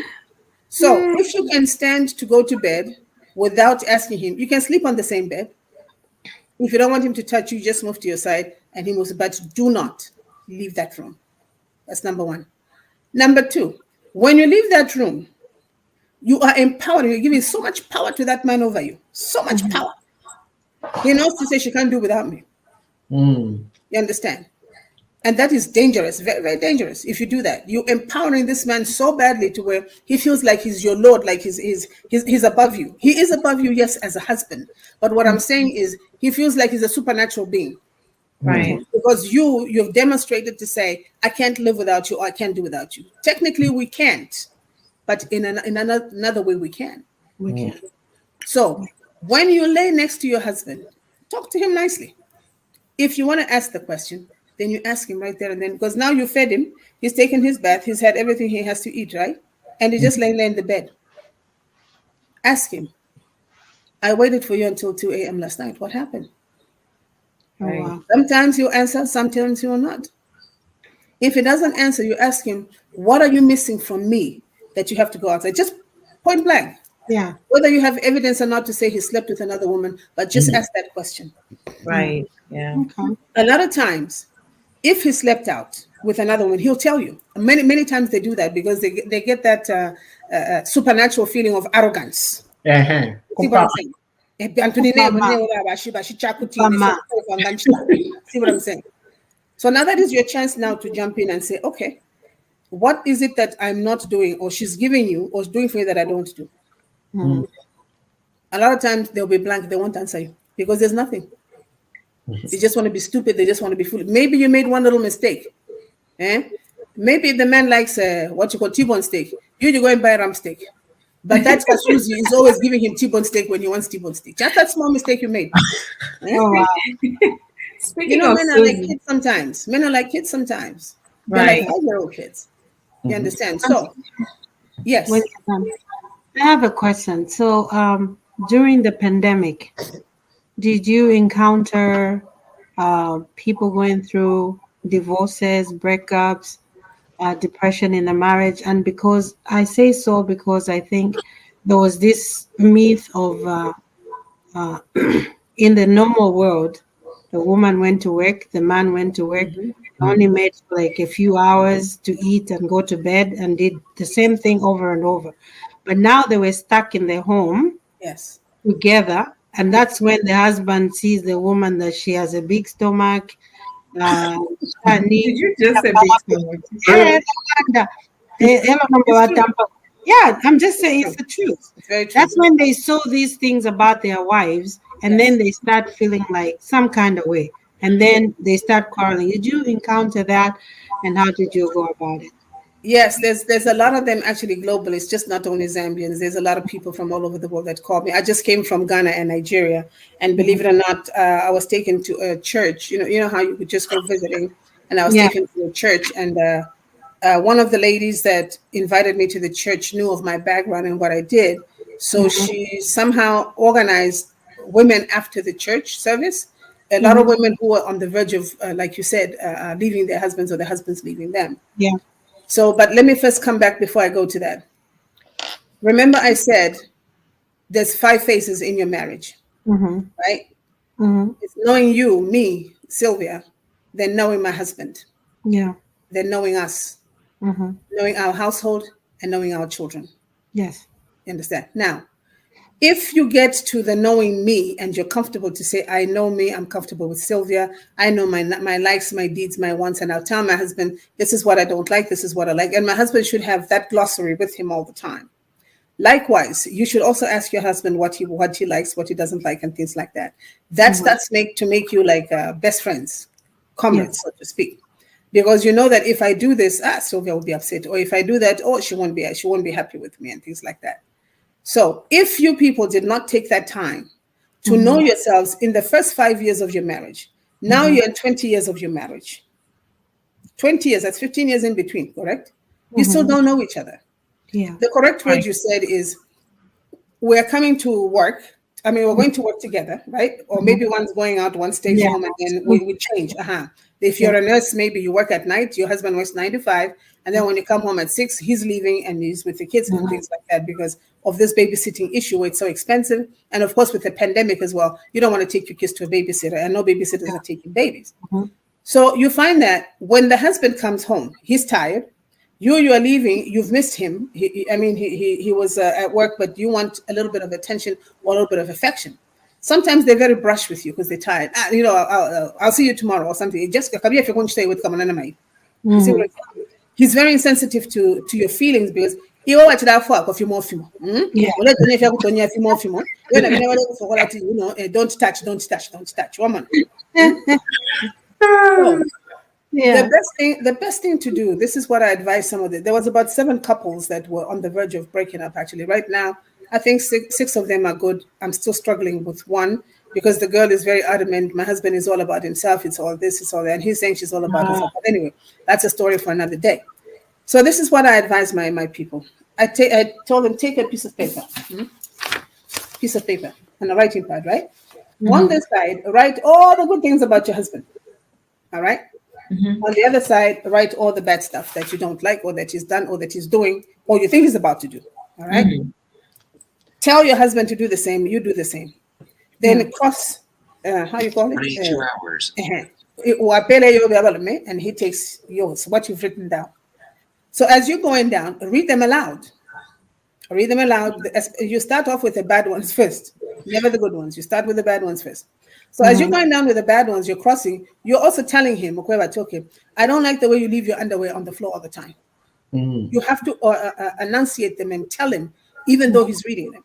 Now, a lot of times you'll be defensive. You'll come back with a rebut and say, no, I didn't, whatever. But you stand your ground and say, no, I don't like that. This has to change or else. You don't make it as a threat, but you always make an appeal. Can this change, please? Because I also work. I'm very tired when I, excuse me, when I come back from work. Yeah. You go down the line, let's say you have 30 of them, 30 bad ones, and you have 150 good ones. What does that tell you? He's a good man. Yeah, absolutely. Speaking of a good man, go ahead, sorry.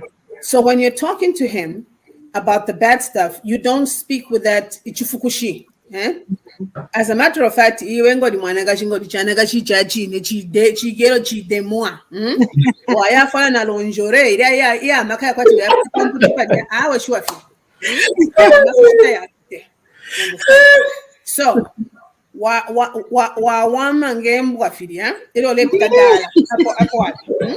no kufulama sana waponya obufia masikia ande faya masikia anataka wa moloshia nishina ununchira na usamba bwino you understand when a man starts looking at you from that perspective, because remember your catchword was he starts to see the big stomach because we use those, what do you call these things we tie ourselves with? Spanks. No, is that the tight thing, right? The corset. Yes, spanks. Girdle. Yes. Girdle, corset, spanks, everything. So another gentleman once said, the women that wear those girdles, right? It's true, we wear them without our husbands even seeing or noticing that we are wearing them or we have them on, right? All he sees is that beautiful figure 8 and it's like, damn, that's my wife, and he goes, right? Now he's mine helps me put it on. Mine helps me put it on. He's like, once somebody for Monica. Yeah. Once somebody no.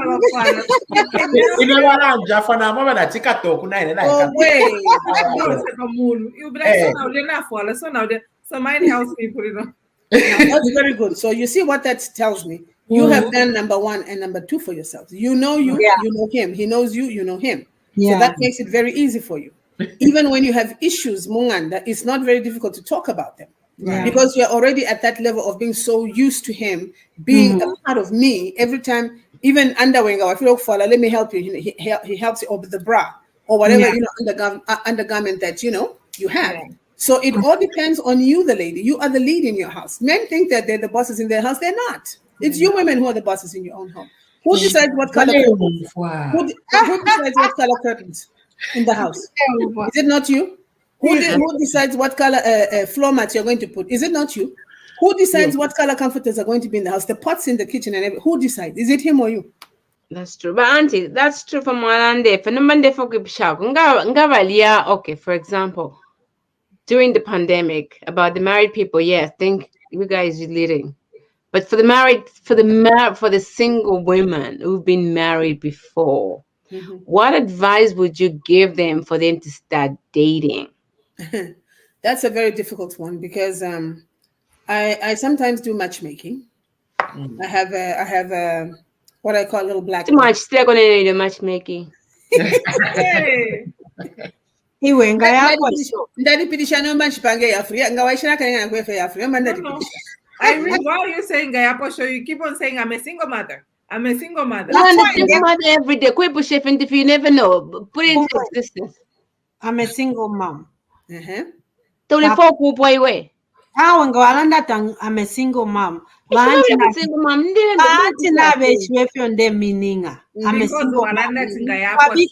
Period. So, natuwapisha pamula basa perfumes you never know upon that time kwa Bill Gates vale monako so kulanjire fe pe pamula basa na Bill Gates vale pita fe so basa monat oh kadi single kadi ha what you fear? No, I've heard you. For the single ladies, the problem that I'm seeing a lot, and it's very scary for me, is that they've become so desperate, very, very desperate and vulnerable to a point where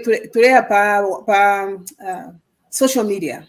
Yeah. You understand? I went on social media for dating. When was that? I think it was 2006 or 2007. One of the girls who wanted that via Facebook, social media.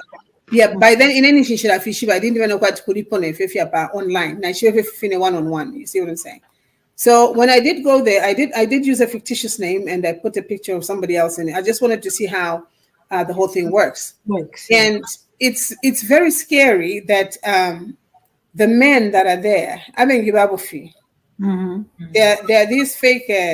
Most of them that I discovered, about 7 of them that I personally clicked on to date, or kind of, quote unquote to date. Manai.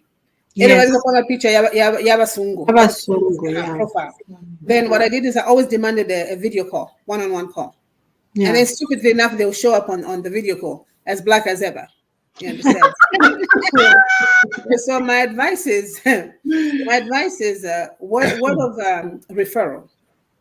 You have a lot of friends. I'm sure you have 2 guys that you know. She knows 2 guys, you know 2 guys, and you know 2 guys that are single.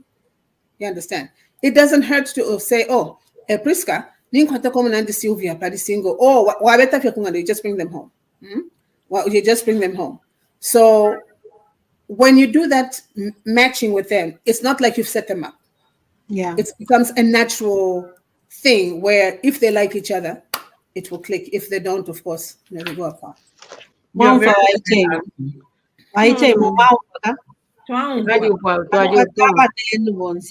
a friend that met her husband in my kitchen. So see? That's what we're talking about. See? Yeah. So I actually enjoy matching people, and I love networking naturally. Yeah. So yes. Don't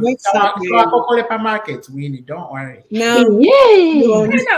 At single Bill Gates. Hashtag Bill Gates. Wait a minute. But let me just give you one word of advice.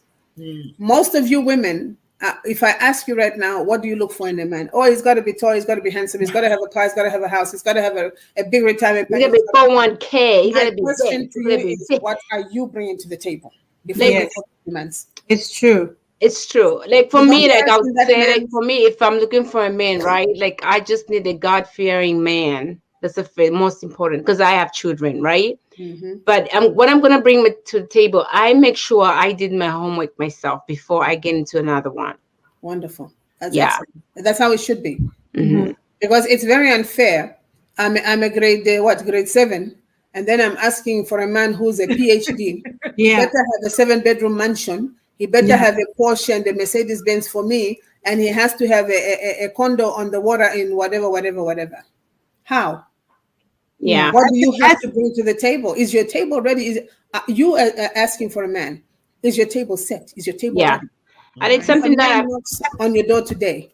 are you ready to embrace that man and take him in as a husband? And I think you're very right on that. It's something that I've been telling my single friends as well. Like, before you even get out there and start thinking about dating, have you had your homework? Have you set yourself back and just reflect on yourself? How much do you love yourself? Because about love, right? If you've been there before, in the next life, you don't want to do the same thing that you did because there are mistakes there. So at this point, if you're going to go into love again, have you done your homework? Do you love yourself enough to bring another person? So what you're saying is really right. Be ready. Do your homework first. Absolutely. I think maybe I should do what I did in 1994. I did a small couples retreat in Fort Lauderdale, California. I had about 150 couples that came. And out of those 150 couples was 10 that were really estranged, that were about to break up. So I did bring a lot of single men, and I did bring a lot of single men and women. And then, of course, those are the couples and those that were looking to find a partner. And it worked out very well. I think only one person went without a partner. Wow. No, that's good. Yeah, you should. That would be great. I think That's a very good idea, actually, Auntie Sylvia. And you know what? This has been a really great discussion. I have enjoyed every bit of it. And just to recap, Auntie told us we need to make sure that we are communicating effectively. We need to make sure that we are respecting one another in relationships, and we need to be open. She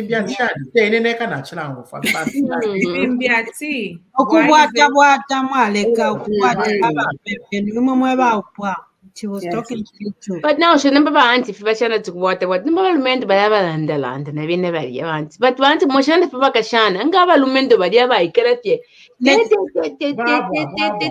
Lekeni just keko yona inembe busheba anti bushe mwana kashi uma omenga alalanda sana ukuchira abalume, right? Or vice versa. I think the woman should humble herself. Absolutely. That's where I was going. Yes. Let me give you a scenario right here. All the time, he's getting on your nerves all the time. And then you also, what are you achieving? Nothing. Zero. Completely. So here's a metaphor. Kani wamfwa ichako mukoshi chako wakundirwa cha somena. Bula amenda oramabo ufukate mukanwa. Because if you try to speak, guess what? The water will splatter on that person, and that person will hit you. Yes. Let me say it in Bemba. When you are hurting and you have something in your heart that you need to release, right? And you are arguing with your husband, especially your husband, because that one is for life. The boyfriend can come and go, correct? So here we're talking about husbands. So if your husband is talking a lot and you put water in your mouth, and you hold it in, you don't swallow, you hold it until he's done talking, do you lose anything? No. What happens to your husband? He starts to feel foolish because he's talking to himself. Yes. You see what I'm saying? So that's some sort of small training. Or they say, kumushi, when you want to take a bath, the normal bathroom.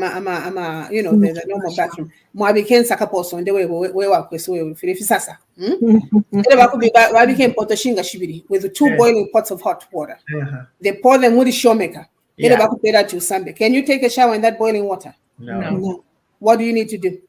You need to pour cold water. So you the woman, if there's a heated argument with your husband, like you rightly said, my sister, take a step back, take that cold water, Sizzle the hot water. Yes. You'll be able to take that shower now together because the water is nice and warm. So humbling yourself before your husband is very dynamic. Humbling yourself before your husband gets you a lot of stuff. I'm speaking from experience. You understand? What's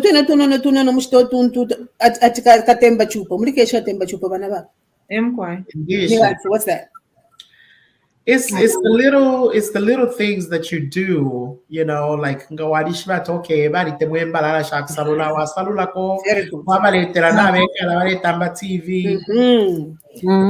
The other big thing is make sure it's different. Okay, let's get that straight. But under normal circumstances, look at the pandemic if you're Yes. I don't think you're giving that affection to your husband like you should because you're too much together. You understand? You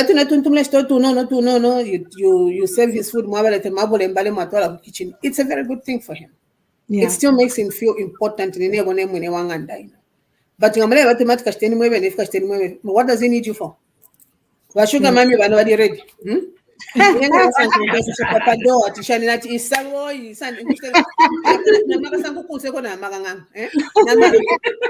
understand? So don't give them a chance. Yeah.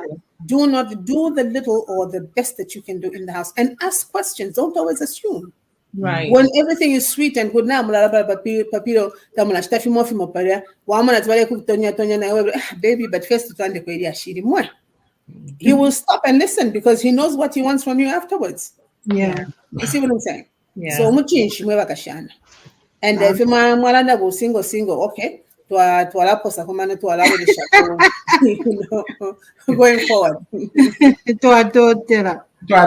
Thank you so much, Auntie, and thank you for gracing us with your presence. We would love for you to come back and have a dedicated show to this, because I'm sure our viewers out there have questions, and so it's my pleasure. Whenever you guys need me, you know where to find me. All right, thank you. Thank you. All right, ladies. God bless you. Very much. Wonderful 2022. May God take care of each and every one of you. Thank you. Stay Thank you so much. Thank you. away from COVID. All right. Thank you. We have come to the end of the show. I hope you had a very wonderful time, just like we did. We had Auntie Sylvia. She was funny. She gave us a lot of pointers, and I hope the viewers will take some of those pointers and access them, because she is Vana Chimbusa. And to say more about it, can we invite Miss Winnie and hear what she has to say about it? Wow, this was a great show, and I hope you guys, like Irene said, I hope you guys enjoyed as well. It was amazing. It was just like more information. We really had a good information about mental health and everything else that was happening. And you guys, if you have any more questions, please feel free to inbox us, leave your comments, Facebook, Instagram, so as YouTube. And our website is www.insakatalkshow.com. And we'll see you next time. Thank you very much.